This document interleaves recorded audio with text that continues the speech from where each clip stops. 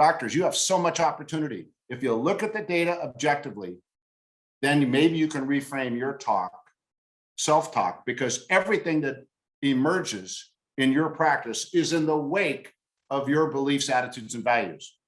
Certainly, we use several acronyms, but there's always going to be burnout, negative thinking, and stinking thinking. Set that aside. We all can grab a hold of new ways of thinking to guide us to be more emotionally intelligent. This is Growth in Dentistry, a dental intelligence podcast where we ask the question, what does growth in dentistry look like to you? I'm Katie Polson, a dental hygienist and your host. Welcome to another episode of Growth in Dentistry. We are continuing a conversation on burnout. Before we get started, I wanted to invite you to join our Facebook Dental Intelligence community. Come join like-minded data nerds and come learn from one another. Also, if you have a question for our CEO, Weston Lunsford, you can go to our podcast page at dentalintel.com and record one. Now on to our show today. Again, we are talking about burnout, and to do that, I have Curtis Marshall with me, VP of Enterprise Relationships. Thank you, Katie, for having me. Sorry. Always a pleasure. You almost forgot to announce me, didn't you? Yeah, I did. It's I'm so okay. I love yes. it. Oh, he is amazing, isn't he? Yes. Yeah, tell us about who's joining us today. Today we're having Kerry Straine with us from Straine Dental Consulting Analytics Management. Go ahead.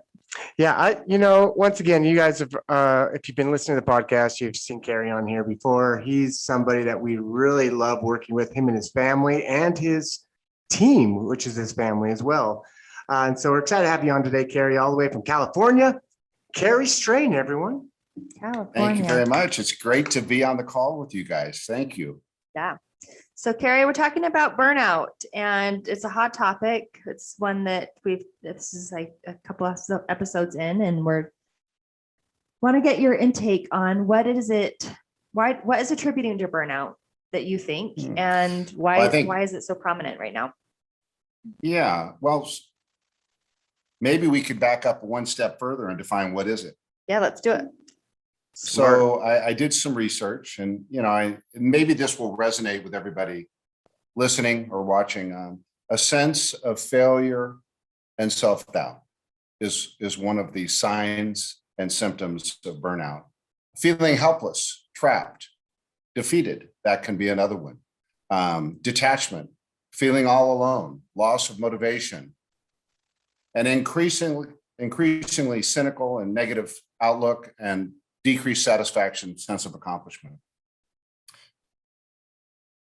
So at Straine Consulting, it's one thing to know the numbers. And I want to thank, again, every day, my relationship that I have with Dental Intel to provide me with information. But it's from there, we have to look behind the numbers and understand what is that owner's vision and mission. And how does everybody know it? I mean, I'll start with the owners. This is your play box. We're all in your sandbox. We're all having a good time. And if the team is suffering from a lot of self-doubt, feeling defeated, is there something happening internally within the practice?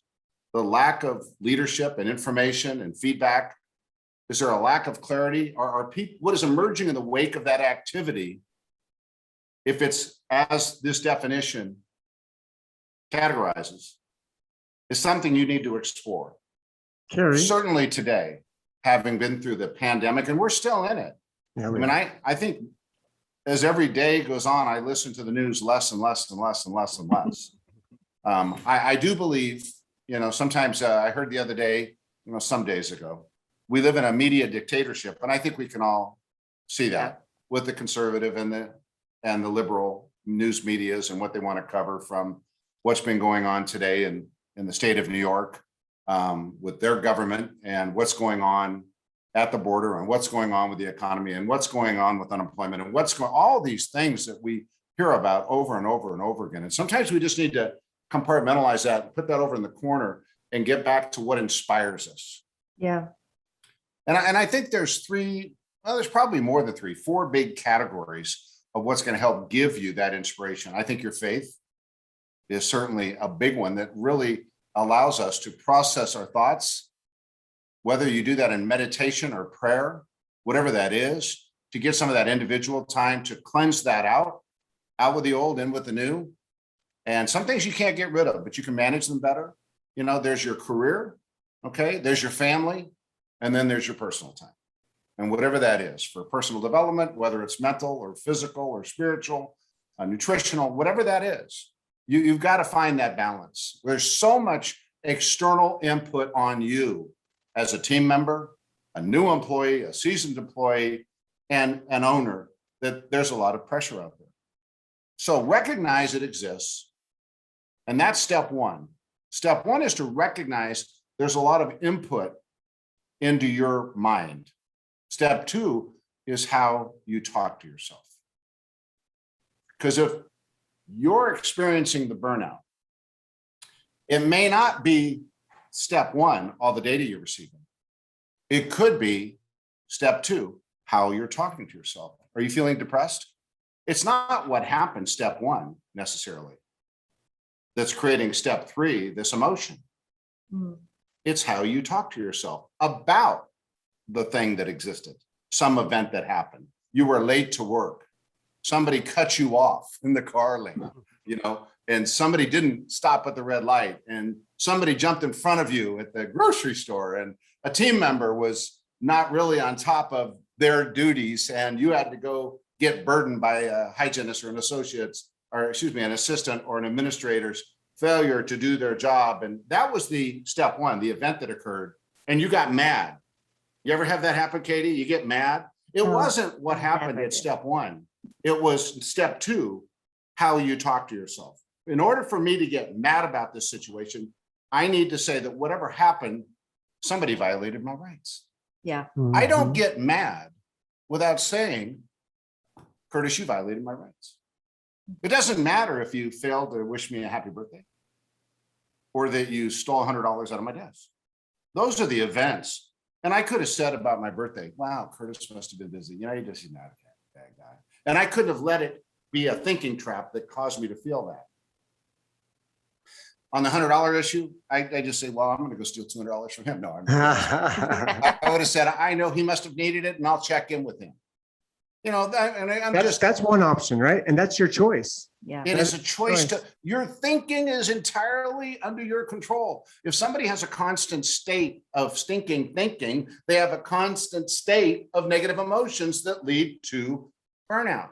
So you got to take ownership of this ourselves. I'll get to the owner's responsibility here in a minute. But if I'm feeling anger, it's because somebody violated my rights. Wow. Step one is recognizing an event that occurred. Curtis, you were late for an appointment, let's just say. I can get mad, but getting mad was step three in a thinking process. A is to recognize Curtis missed an appointment. B, I must have said blah, blah, blah, blah, blah. He violated my rights. Three, I'm mad. And how effective am I going to be in communicating with you, Curtis, if I'm mad at you all the time? I'm going to leak it out through my micro expressions. Yep. You know, it's gonna impact my world. So, for example, depression, that's step three, is an emotion. That doesn't come from the event. Okay. I didn't get recognition for that. That a status quo of what actually happened isn't. In fact, my dad would always say, because my brother, right, the two younger brothers, I would never get in a fight with them, but they would get in a fight, right? Right. Not really, but my second brother would always say, the youngest brother, Bryce, he made me get mad. No, he didn't make you get mad. What he did, you chose to get mad on. And that's always something I've taken with me in my life. And Kerry, you're bringing this to point to a T. And this is awesome that it's perspective. The event isn't what got you mad. You chose, and you've, based off of the event, you chose to get mad, and now you are. Yeah. Or happy or whatever. I have these conversations weekly with my own kids, and it seems like it's, as adults, this should be ingrained in us, but it's just elementary. We just need to focus on going back to the basics. Yeah. So I think we all own that, whether it's day one in your professional relationship with the practice or day 1 million, we all own that. And we have to come to the party prepared to celebrate each other, our patients, our owner, our vision, our mission, and truly, love is your choice.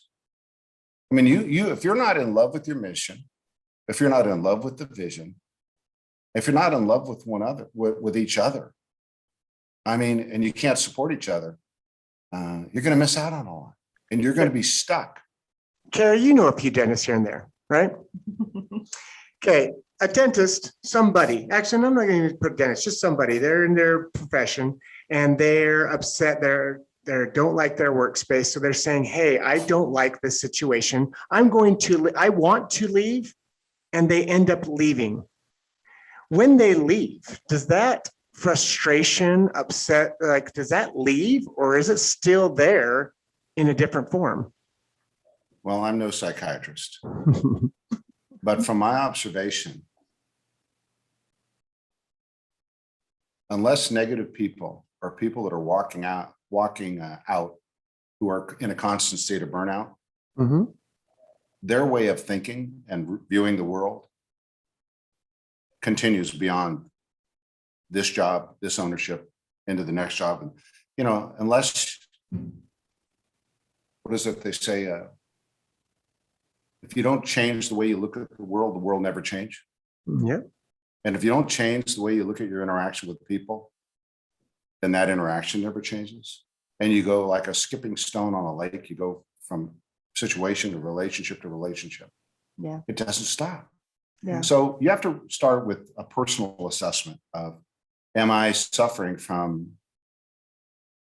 thinking methodologies that's causing a lot of negative feelings? And don't blame the media. Today's Amnesty Day.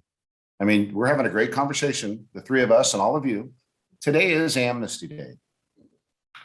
Begin on a new journey by being aware of the emotions that are creeping into your body at the cellular level from the way you think and your central nervous system connects. And before you reach across and want to strangle somebody by the throat, don't do that. First off, rephrase the conversation with yourself and go, wow, even though I feel like I want to strangle Curtis, I probably shouldn't.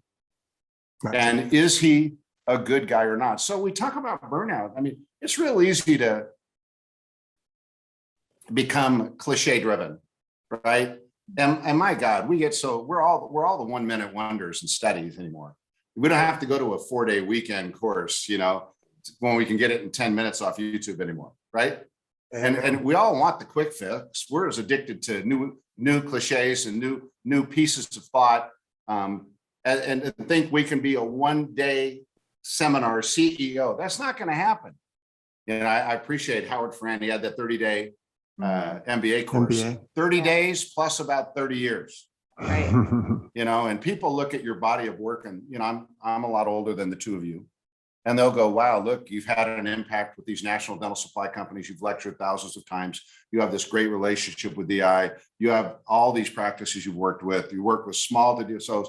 How do you do it all? And I say, well, it's real easy. I love what I do. I made that decision. I think and that's it's the next your step. choice. Yeah. Yes. You've got to decide that where you're at in your work is where you want to be. We call it the hygiene factor. You know, are you right in the right spot? If not, you know what? Your career's short. Go work somewhere else. Change it. You can always survive. You know, I was just spending a little vacation weekend in Wyoming, and I looked at the men and women that were the cowboys and working at Jackson Hole, and they were going on walks with their horses every day. I go, God, that is so cool. I would love to do it. And they get to do that. And I get to do what I get to do. And I get to go live in their space in a while. I get to come back to mine. But, you know, it was all, you know how vacations are. They get a mental break. Yeah. But as I came to work this morning and I saw my COO, she's been with me 25 years. You guys know Vera. And then I'm on a huddle with my entire team, and I see everybody on the board all over the country, from New Jersey to California, from Chicago to, you know, down south. Every day I get a chance to be in this community of people that are fired up and committed. Okay, as an owner, I had to create that. So step one, we need to be checking our own stinking thinking. If you feel anger, it's not what somebody did. It's the way you talk to yourself. You said somebody violated my rights. Stop saying that. If you feel depression, That's because of a real world loss and loss of self-worth. I mean, the things that cause me to well up and feel emotional are my mom and dad being gone now for more than 10 years. My brother passing away as my business partner when he was 39 and I was 33, 32 years ago. And they can catch me at that moment and I feel the loss, but then I pivot and I feel the great memories. I re-engineer my thinking. I quickly go there to get into that stream. Embarrassment, negative comparison to others. I mean, there's so many things that you can learn about attitude development. Once you manage yourself, you can step into the relationship with others. And as I always say, when I step into the relationship with you two, it's like I want to step into that world, like putting my foot in a swimming pool. I don't want to make a ripple. I don't want to create conflict. You know, and it becomes the way we're thinking. I need to be cognizant of my behavioral style. Every consultant at Straine is a certified professional behavior and values analyst, because those all shape who we are, the way we talk to ourselves, the way we were developed, the way we are genetically, and the way in our family of origin, how we became who we are. You're the oldest brother, Curtis. I'm the youngest, right? And we're very similar in a lot of ways, you know, as extroverts. And so these are things people have got to discover about themselves. So I encourage people to do that. And then lean in. You know, in our huddle this morning, we talked about a great experience. One of my consultants, Peter, who, you know, is working with the enterprise reporting program for our group practices and your team, Curtis, right? Yep. Peter's And got a lot of great knowledge and helps a lot of dentists who work with multiple locations. And one thing that I like about Peter is he actually does discuss this concept that you're talking about here and helping dentists to realize you're an amazing profession. Right. well, I would say this about dentists. Most of them don't know how good they really have it. My first seminar was entitled, "You don't have a right to take on a new patient until you've learned to meet the needs of your existing patients." And having conducted over 25,000 practice analysis conversations with dentists all over the country, I would say on average, it's about 48 to 52% of the patients that they've seen in the last 18 months are active in hygiene. And Curtis, you know these statistics. You've got them right there on the ticker tape. Yep. Right. You've got them right there on the monthly report. You know, the active patients, how many are scheduled? I mean, there's a clue. Doctors, you have so much opportunity. If you look at the data objectively, then maybe you can reframe your talk, self-talk, because everything that emerges in your practice is in the wake of your beliefs, attitudes, and values. Certainly, we use the acronym, we use several acronyms, but there's always going to be burnout, negative thinking, and stinking thinking. Set that aside. We all can grab a hold of new ways of thinking to guide us to be more emotionally intelligent. Go read the book, Emotional Intelligence by Dan Goleman. Self-awareness, self-management. Go watch it on a video on YouTube, Dan Goleman. Self-awareness, I need to be cognizant of what I'm saying and what I'm feeling, and you're going to see your feelings before you're going to know what you're thinking, because your body's programmed. If I came to Curtis and I went, boom, he would blink without even being aware that I had put my fingers in front of his eyes. I've done this thousands of times in seminars because the body acts faster from a central nervous system than your brain's cognitive component. Mm-hmm. And it won't be till after I pulled my hand away from your eyes, Curtis, that you'll be aware of what happened and whoa, what happened? Because you already blinked to protect yourself. So you're hardwired to protect yourself, right?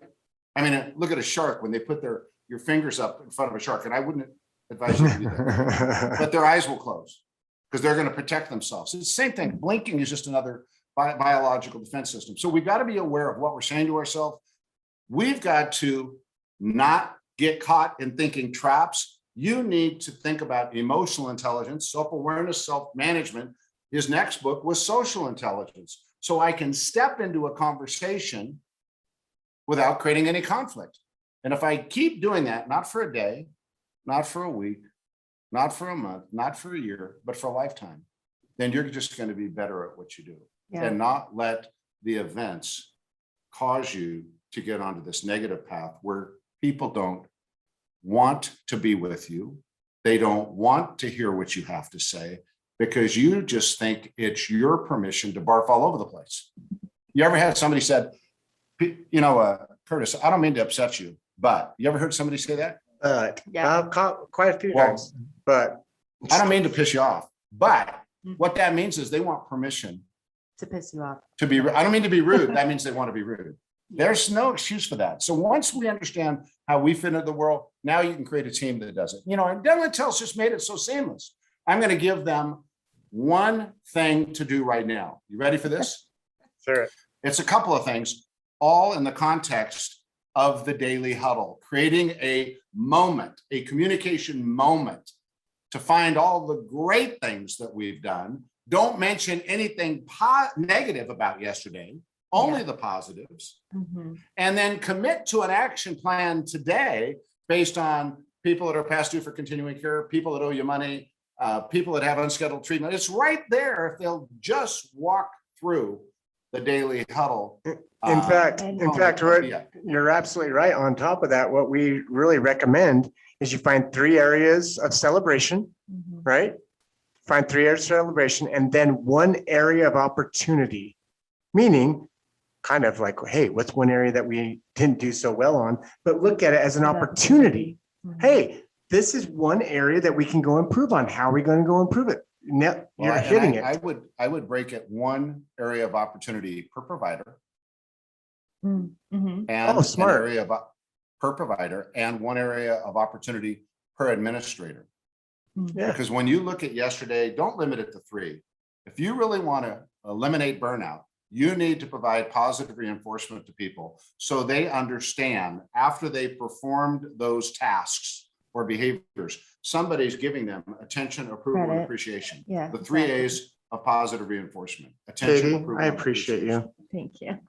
I do. You're amazing, Attention, Katie. appreciation, and approval. But that really does create a good team, and it gets so easy to get burned out if you don't feel like you're being seen, for sure. So much. And somebody says, well, there's nothing my team does that I would want to give approval for. I go, I would have loved to have met your mom and dad. I mean, what are you really saying? Yeah. What is this blame game about? Yeah. I mean, somebody just showing up to work on time. Showing up to work. Let's back up, Kerry. Just showing Showing up. up Just showing up. Right I now. can't thank you for being here. I can't do it without you. Yeah. Right. Yeah. Yeah. And you can't use the Oreo cookie, positive, negative, positive, 2 positives, a positive front, then a redirection, then a positive, Sandwich. because the negative feedback destroys And that the benefit of the positive. and that's all that they will hear. Yeah, for sure. Yeah. So, I mean, there's so much I'd like to chat about. Yeah. And This has I been just wanted good. to bring it around again to I feel like, and this has kind of been a common theme through these podcasts, is gratitude. I think that really is a really big key part of getting rid of the negativity in your life and really just focusing on the positive. If you can, even if it's just what you did yesterday, maybe you didn't do that great on your morning huddle and you see that you didn't do great, but just showing gratitude goes a long way. And I hope that, as you're listening to this, that maybe if you just work on gratitude a little bit more, everybody, if we all just spend a little bit more time being grateful, looking about what a better world that would be living in. So I think you could finish your day and begin your day by identifying 5 things you're grateful for. yeah. And the physiological impact that has at reducing your stress factor that allows you to breathe mentally so you can come back and get in the game. Everybody in this call is destined for greatness if they can just get out of their own way. And don't blame others. It's your choice to make a decision of how you look at the world. Yeah. That's Amen. great. Thanks, Yeah, Kerry. so This has good. been, Well, yeah. I did not expect to go down this road with you today. This You is did. Yeah. this has been really good. I really like me personally, the biggest thing that I like that you said today, Kerry, was that it's up to us. It's not the events around us. It's up to us. Yeah. And so thanks for Yeah. saying that. Well, this has been Growth in Dentistry, a dental intelligence podcast. Again, special thanks to our guest, Kerry Straine, with Straine Dental Consulting Analytics Management. You can find them at strain.com. And you can also find those links to strain.com on our webpage and our show notes. Thank you again to Curtis Marshall for joining me today, and for our marketing department for helping with the back end of this podcast. I am Katie Poulsen. Keep growing.